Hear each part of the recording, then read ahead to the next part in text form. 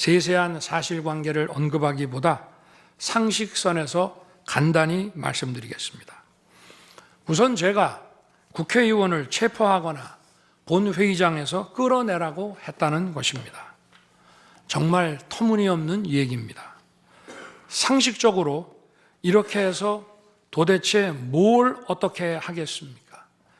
의원들을 체포하고 끌어내서 계엄 해제를 늦추거나 막는다 한들 방송으로 온 국민과 전 세계가 지켜보고 있는데 그 다음에 뭘 어떻게 하겠습니까? 계엄 당일 국회의장의 발언대로 국회는 어디서든 본회의를 열어 계엄 해제를 의결할 수 있습니다.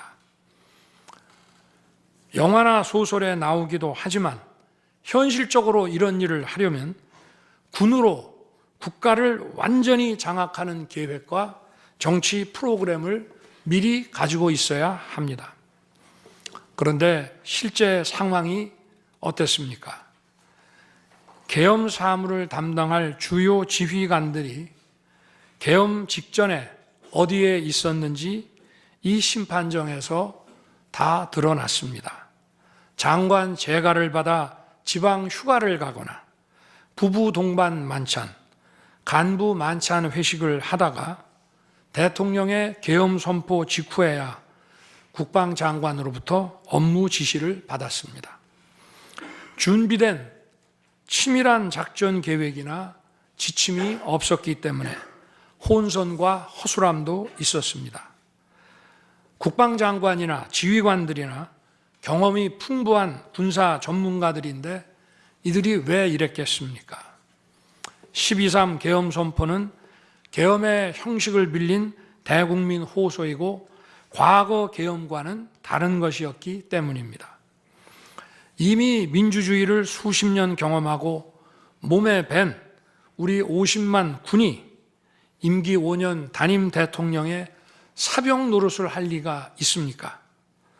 제가 비상계엄을 선포한 이유는 오로지 주권자인 국민들에게 국회의 망국적 독재로 나라가 위기에 빠졌으니 이를 직시하고 감시와 비판의 견제를 직접 해달라는 것이었습니다. 공화국의 대의제 위기에 헌법 제정 권력인 주권자가 직접 나서야 한다는 호소였습니다. 의원을 체포하거나 끌어내라고 했다는 주장은 국회에 280명의 질서유지 병력만 계비간 상태에서 앞뒤가 맞지 않는 얘기입니다. 국회가 비어있는 주말도 아니고 회기 중인 평일에 이런 병력으로 터무니없는 얘기입니다. 의원만 300명이고 직원들과 보좌진을 합치면 몇천 명이 넘습니다.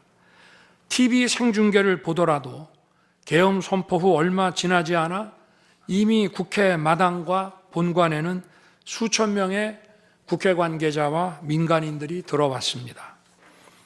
실제로 계엄 선포 후 1시간 30분이 지나서야 질서유지 군 병력이 도착했고 경내에 진입한 병력이 106명, 그 중에서 본관에 들어간 병력이 겨우 15명인데 이런 극소수 병력을 가지고 국회의원을 체포하고 끌어낸다는 것이 말이 되겠습니까?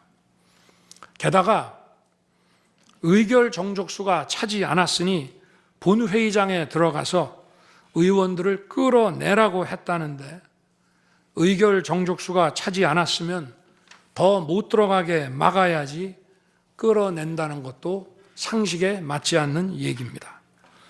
본관에 진입한 군인들은 본회의장이 어디에 있는지도 몰랐다고 합니다. 무엇 하나 말이 되지 않습니다.